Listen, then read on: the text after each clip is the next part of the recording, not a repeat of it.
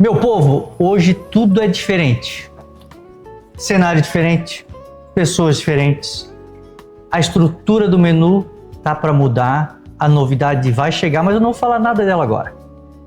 Vou apresentar primeiro dois caras fantásticos. E por coincidência, Leandro e Leandro, cara. É quase uma dupla aqui, Leandro e Leandro. O nosso entrevistado de hoje é Leandro Rigon, especialista em vendas, com um produto para lá de diferenciado, ele vai falar depois aqui. E o nosso grande parceiro e co-host do programa a partir de agora, nosso querido Leandro da Fiberblast. Uma empresa que eu vou mostrar para vocês detalhe por detalhe depois, mais tarde, nos próximos programas. E agora vamos começar, galera? Bora! Um detalhe, esse cara, especialista em vinho. E nós vamos começar diferente. Vamos começar indo na adega, escolhendo o vinho antes de falar da comida. Perfeito. Até porque o vinho as pessoas enxergam como uma bebida apenas. E ela faz parte do complemento da comida, faz parte do sabor, né? Sem sombra de dúvidas. O vinho não é só o vinho, é história, é geografia e, acima de tudo, harmonizar com a comida, Exatamente. Né? E o vinho conecta as pessoas também, né, na mesa. Isso é verdade, isso é verdade. E, além disso, compõe o sabor. Né? Exatamente. Perfeitamente. Agora é contigo. Bora lá. Vamos escolher o vinho na nossa adega. Eu já sei o cardápio, então eu já vou tentar harmonizar um pouco, né? Sei que é surpresa para quem está nos assistindo, mas a nossa adega está em construção. Para quem não sabe, eu sou curador de uma confraria, Wine and Business, degustando conexões.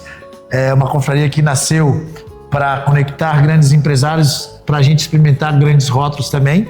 Até na próxima confraria vai ser o chá de adega, onde cada confrade vai trazer um vinho para completar essa adega. Essa adega foi feita pela CR Serralheria, junto com a Vidraçaria Santa Rita. Eles são os parceiros nossos nessa construção, junto também com a madeireira Rocker Creme, produto que a gente vai estar comercializando nesse espaço também. E me deu vontade de escolher aqui um francês que chegou semana passada pra gente, o Clube da Cellar. Cellar é uma importadora de vinhos exclusivos. Esse é um francês.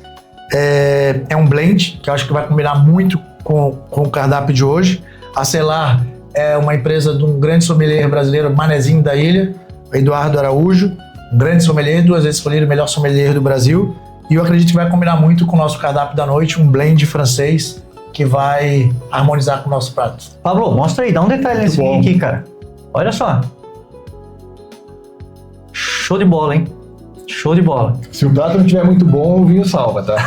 Ó, se eu pudesse, eu deixava vocês sentir depois o aroma e o sabor, mas ainda não consigo. Mas quem sabe, se vocês quiserem, a gente faz uma enquete para vir aqui no programa, a gente pensa nisso depois. Boa. Vamos embora para lá? Então vamos. Bora. Então agora a pergunta que todo mundo quer saber, antes da gente começar. O vinho já está sendo aberto, qual é o prato que você vai preparar para nós? Vamos ver se o cara, além de vender, sabe fazer comida, gente, aí, ó. Então, hoje vocês vão experimentar um filé ao molho mostarda. Ah. A gente vai preparar ele com... Não vou contar. A gente vai fazendo, preparando com batata bolinha. A gente vai temperá-lo de uma forma também diferente. E é um prato que eu gosto muito de fazer em casa. Tem muito sabor, meus filhos gostam. E eu acredito que agora, especialmente com esse vinho, dará um bom prato. Então a história desse prato é que é uma receita de família. Isso. Fechou. E cheio de mistério, Pablo, né? filmou o Bizan? Top. Então vamos começar. Como é que a gente começa aqui? Vamos começar colocando as batatas para cozinhar, né? Para cozinhar? Isso. A água já tá fervendo. Tá no ponto. Colocar as batatas. Opa, vamos tirar aqui. Essa a gente deixa de ladinho. Meti o dedão aqui, gente. Meti o dedão. Já tava com a mão lavadinha aqui. Vamos lavar. As batatas já foram lavadas antes mesmo. E mulheres, é homem cozinhando, né? Então vocês não começam a reparar, tá fazendo bagunça, o jeito que tá largando. Precisa de um combinado aqui nós três, cara. Porque é 2 Leandro. Isso. Quando eu falar Leandro, os dois vão me olhar. Posso chamar de Rigon, então? Pode ser. Então tá. Daí vai ser o Tu ia Leandro. me chamar de Rosa. Porque assim, é Leandro Rigon e Leandro Rosa. Então, pô, não dá. Tem que ser pelo sobrenome. Pode ser o convidado? Depois tá bom. do primeiro passo aqui já do chefe aqui, que tal a gente fazer agora o nosso brinde? Opa! Boa. Vamos pegar aqui nossas taças. Deixa as honras pro Leandro, que é o nosso maître de vinhos. É maître que se diz, Leandro? Eu não tenho nenhuma o formação, sommelier, eu sou como é que mais curioso e mais entusiasta do vinho do que formação, tudo que eu aprendi. Mas como é que se diz? O cara que Sommelier, enólogo, né? tem nomes diferentes. Sommelier é quem estuda sobre os vinhos, né? Enólogo é quem estuda sobre o plantio, essas coisas. Tal, tem diferença. né? E eu sou só um entusiasta que gosto de descobrir história, sabores, geografia dos vinhos, né? É sempre uma escola, como eu falei do Eduardo Araújo. Quando tu vai numa confraria com ele, você fica fascinado porque ele te pega literalmente pela mão, te leva até a região, e isso é o que me fascina. E falar sobre vinhos também, né? Vinho também é gestão. A gente tem vinícolas que tem mais de 600 anos, tem vinícolas que começou há 300 anos atrás com enoturismo e até hoje. Família gigante nela. Exatamente. Então, tudo isso passa guerras, tudo, né? Então, é muito legal. Então, a gente tem aí um projeto também de levar os confrades para a França em setembro, conhecer algumas vinícolas através do Didier, que é um francês que está aqui. Então, isso é o que fascina no mundo do vinho, né? Eu sou mais entusiasta do que estudioso. Para mim, um bom vinho é aquele que a gente gosta, aquele que a gente bebe entre amigos, aquele que a gente... Compacto da sua filosofia. Aquele que a gente discute por que tu não gostou e eu gostei. E na nossa confraria, a gente faz muitas vezes um desafio, o vinho da noite. E geralmente são 8 rótulos, 20 confrades. Nunca tem um vinho que ganha mais do que 5 votos, 6. Então, esse também é o legal do vinho também, né? Então, e aí surgiu essa confraria, que é duas paixões, que é conectar negócios, como tem com o Menu do Líder, e degustar bons vinhos. Inclusive, aproveitando essa fala de vinho, vocês vão observar um detalhe. Aqui está escrito e aqui está em branco. E não é à toa. Isso aqui é para deixar vocês aí com uma pulguinha atrás deles. Por que tá assim? O que vai aparecer ali? É surpresa. Mais tarde nós vamos mostrar isso aqui nos próximos programas. O que vai ter aqui nesse rótulo, esse peitoral aqui de marca para vocês. E não é só de marca, é de experiência. Um dos brindes que acontecem nas mais antigas confrarias, aqui a gente está em 3, mas a nossa confraria é muito tradicional, que é o brinde passado passa em taça, né? Quando tá numa turma de 20, aí esse é o ritual que a gente faz na nossa confraria. Legal. Saúde, amigos. Saúde.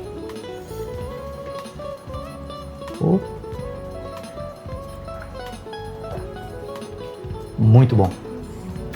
Muito excelente. Bom. Eu não consigo fazer esse charme ainda que ele faz com a boca ali. Ainda não sei, vou aprender. Mas olha... Mas tu falou tudo, é charme. Não serve pra nada. Mas eu faço. Tem a parte literária que fala que Rigon, ele passa por todas a parte, né? Agora vamos entrar no assunto, cara. Bora mexer nas feridas? Vamos lá. Hoje, um craque das vendas, um cara que dá mentoria, dá treinamento, que tem um produto pra lá de diferenciado que eu quero que depois tu explique, que começou do chão de fábrica, no caminhão, na boleia. Cara, como é que é essa transição, como é que é manter essa alma, essa história, essa vida e trazer para toda essa experiência que tu tem hoje? A primeira curiosidade, mas vende o quê? Faz o quê, né? É contigo. A verdade é que a provocação que eu faço, que todo mundo quer ter mais cliente, né? É o sonho de todo mundo ter cada vez mais cliente. Eu sou a maior autoridade em você ter mais cliente. Afinal, todos vocês vão ser meus clientes. Pra quem não entendeu, eu fabrico caixão, tá? É isso. Então todo mundo vai ser meu cliente. Urna. É popular caixão pra quem não entende, mas é urna. E eu estou há 30 anos no mercado. Comecei com 13 anos de idade. Meu pai iniciou a empresa, chão de fábrica, né, como dissestes, descarregando caminhão de madeira, lixando caixão, escultura, né, com martelinho, lá foi uma das minhas grandes paixões. E o momento que eu fui promovido a ajudante de entrega. Né? Não tinha nada de, vai pro escritório porque é filho do fundador, né? Eu e meu irmão é 6 anos mais velho do que eu, também passou por todo esse processo. E aí depois, por um tempo, fui entregador, fui caminhoneiro, para passar para dentro do escritório enfim, até uma jornada, até me tornar o presidente da empresa, né? Que até com essa minha mudança geográfica a gente fez uma transição, hoje estou numa espécie de um conselho. Olha, bacana. E o pai? Então, meu pai, na verdade, ele ficou muito pouco tempo com a gente, né? Eu comento que meu pai sempre foi muito criativo, né? Ele e minha mãe sempre foram a inspiração, assim, de... Minha mãe, trabalho duro, meu pai, criatividade e coragem, né? E a primeira logomarca que ele fez, meu pai é Lírio, meu irmão é Leonardo e eu sou Leandro. Então eram 3 L's, um maior, um menor e o menorzinho que era eu. E, infelizmente, o L maior ficou somente 6 anos. Meu pai teve um problema de saúde, se afastou da empresa, meu irmão assumiu a empresa, então, né, eu era moleque, né, trabalhava no operacional, meu irmão que coordenava tudo. E aí, a gente foi passando por vários perrengues, várias situações, aonde também meu irmão passou por uma situação onde precisou se afastar, e aí eu tive o meu espaço e minha oportunidade de fazer essa transição, né? Do que a gente fala de criar algo diferente. Uhum. É muito top. Muito show de bola. Antes do Leandro fazer uma pergunta dele, que aqui é assim, é cada vez um, entendeu? A gente vai revezando. Tem uma curiosidade nessa história que tu falou, cara. Vamos lá. Porque assim, eu quando criança, e a maioria das pessoas, a gente tem medo disso. Caixão, o morto. Tu com 13 anos, isso não era difícil ou foi tranquilo pra ti, porque já era da família? É que na verdade a gente não tem funerária, né? Então, na minha concepção, eu fabricava um móvel, né? Perfeito. Como uma marcenaria que fabrica uma mesa, né? Fabricava um móvel, não tinha essa conexão com a finitude, né? Puramente dita, ou com a dor das pessoas que perdem. Eu não tinha esse contato, né? Então, para mim foi mais tranquilo, entendendo que sim, eu sabia por que eu fazia, mas não vivia aquilo. Então era diferente. Era diferente. Perfeito. Vamos ver nossa batata aqui, como é que ela tá. Deixa eu ver se tá quente, povo. Tá fervendo aí. Tá começando. Leandro, te ouvindo agora, não é só o nosso nome que é coincidência, né? A história é muito parecida também. Sou a 2ª geração também da Fiberplast, uma empresa que começou com meus pais, Zé da Fibra e Dona Ana, uma história que me orgulha, há 40 anos atrás também. E também comecei a trabalhar ali com 14 anos em todos os setores, né? Minha história, fui pedir dinheiro pro pai, eles vem trabalhar que o dinheiro vem. E ali comecei, tenho uma irmã mais velha que também trabalhava na empresa na época. E aí foi começando, passando por todos os setores, né? E na época, acredito que a gente não entende muito bem isso, né? Mas acredito que nossos pais foram muito sábios para a gente aprender muito do negócio, né? E hoje eu estou como presidente da empresa também, CEO, administro toda a gestão, e a gente sabe das dificuldades que é ter a 2ª geração, a sucessão familiar. Para ti, qual foi o maior desafio e qual foi a maior aprendizagem nessa trajetória de suceder um negócio familiar? Eu tenho uma lembrança de um momento onde eu tinha 12 anos de idade, nem 13 ainda. Eu estava em frente ao espelho, eu e meu pai, a gente estava se arrumando para um casamento de uma prima. E aí cresci rápido, né? Eu lembro que eu cheguei do lado do meu pai e falei, olhando pro espelho, pai, você percebeu que tô ficando maior do que você? E o meu pai falou uma frase que para mim ecoou aquilo profundamente na minha vida. Ele falou, filho, na verdade, não me importa se você vai ser um homem grande. Eu quero que você seja um grande homem. E ele continuou, ele disse, para ser um grande homem, você precisa de um grande sonho. Cara, eu achei aquilo fantástico. Bonito mesmo. E aí eu falei, tá, e qual que é o seu grande sonho? Ele falou, meu grande sonho é tornar a nossa empresa uma grande empresa. A partir desse momento virou o meu sonho, né, tornar a empresa uma grande empresa. Só que quando você olhava para o cenário ao redor, um pavilhão velho, um maquinário caindo nos pedaços, 3, 4 funcionários mais velhos que os maquinários, não tinha, não havia uma possibilidade real. Mas a gente, nessa inocência também, na época, né, sabia que precisava trabalhar para trazer dinheiro para casa. E essa filosofia que veio de sempre fazer o melhor, a excelência, para que pudesse um dia realizar o sonho de ser uma grande empresa, fez com que a gente sempre investisse tudo na empresa. Até isso é uma incógnita que eu e meu irmão falamos. Cara, será que a gente fez certo ou fez errado? A gente não cuidava do nosso particular. Era apostando tudo na empresa. Tudo na empresa. E fez com que ela crescesse. Só que quando a gente começou a perceber que a empresa estava ficando maior do que a gente, como pessoa, aí foi a primeira etapa que começou a pegar mais forte. Então, eu comecei a fazer muitos cursos, né? Ler muitos livros, e teve um momento de ruptura onde a gente melhorou os produtos e tudo mais, eu via as pessoas falar, ninguém mais quer gastar com funeral. Ninguém mais quer investir em caixão. Um cliente chegou e falou, você pode até diminuir a qualidade do produto, desde que você tenha um preço melhor. Pessoas querem preço. Eu comentei comigo, poxa, mas não faz sentido. Você vê que as pessoas, um empresário da cidade, né, nessa época, gastou na festa de 15 anos da filha dele, foi 60 mil reais. Isso lá em 2015. E aí, de repente, 2 meses depois, faleceu a mãe, 1.500 reais no funeral. Pô, não faz sentido. São 2 eventos sociais, mas são homenagens, de certa forma. Exato. E até o aniversário você pode fazer novamente, mas você se despedir de alguém, a forma como você se despede, cria a lembrança, né? O último evento que você pode... Então eu comecei a viajar. Primeira feira que eu fui foi para Espanha, nem sabia falar a língua, nem tinha condições financeiras para isso. E lá eu ouvi algo muito interessante, que hoje se tornou a minha missão. Há algum tempo já se tornou a minha missão. Você vê, eu sou fabricante de caixão, de urna, né? E a minha missão é acabar com os velórios do Brasil. Eu pensei, pô, que loucura é isso, cara? Como é que você... Mas por quê? O que você vive num velório? Velório você vive, é só choro, tristeza, desespero, não tem nada que faça sentido viver para se despedir de alguém que você ama. Então não é acabar com o rito. Não faz homenagem a quem tá ali, né? Né? Exatamente, não é acabar com o rito, mas ressignificar, transformar ele num evento de homenagem à história de vida. Pra gente poder estar falando sobre a pessoa, sobre a história da pessoa, quem ela era, o que ela deixou como legado, por que nós sentiremos saudades. Então, depois de entender isso, a gente começou a criar algo que nós chamamos de conceito Rigon, que hoje tem se dissipado pelo Brasil inteiro. Hoje nós atendemos 24 estados do Brasil e é lindo ver as empresas que adotaram esse conceito e estão transformando não somente seus resultados, mas a vida das pessoas que passam por essa experiência. Qual seria o conceito Rigon?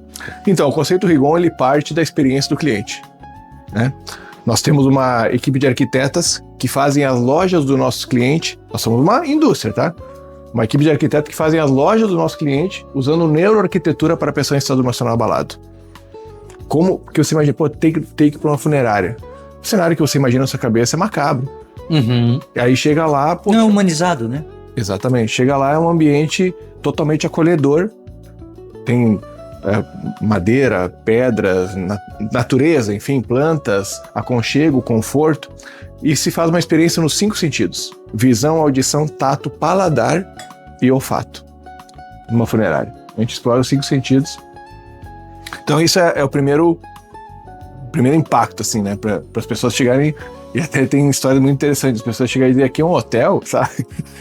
Que não parecer uma... É neutralizar a dor naquele neutralizar e fazer que a pessoa entenda, acredito que contando aqui, entenda que dá de fazer algo diferente, né? Veja de outra forma. Perfeitamente. É justamente isso, porque não tem como você tornar um dia feliz aquele.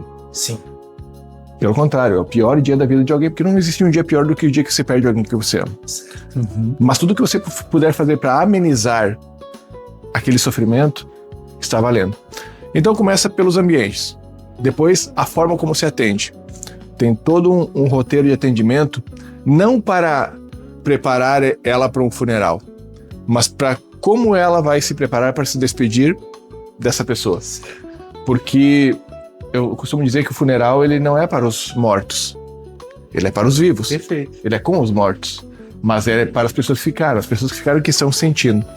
Então, o foco nosso, que antes as funerárias se preocupavam em preparar um corpo e colocar lá para chorar. O nosso foco foi em se prepararem para cuidar de pessoas em luto. Entender de pessoas. Então a gente vai lá e treina a nossa equipe, a equipe dos nossos clientes, a como entender de luto. E aí começou a vir toda a história, né? E ela treinava, dava muito resultado, mas ia se perdendo com o tempo, né? Treinamento, como uma palestra, como um curso que se faz, você vai perdendo. Aí tivemos a ideia de escrever o livro, História de Vidas Importam, um manual prático de como você gerar encantamento e excelência no atendimento funerário, que serve para qualquer segmento. Mesmo assim, muitas pessoas não tinham o hábito de ler, criamos o curso de alta performance, que hoje é a faculdade do segmento funerário, para que possa capacitar, né, as pessoas. Que não tinha antes. Não tinha.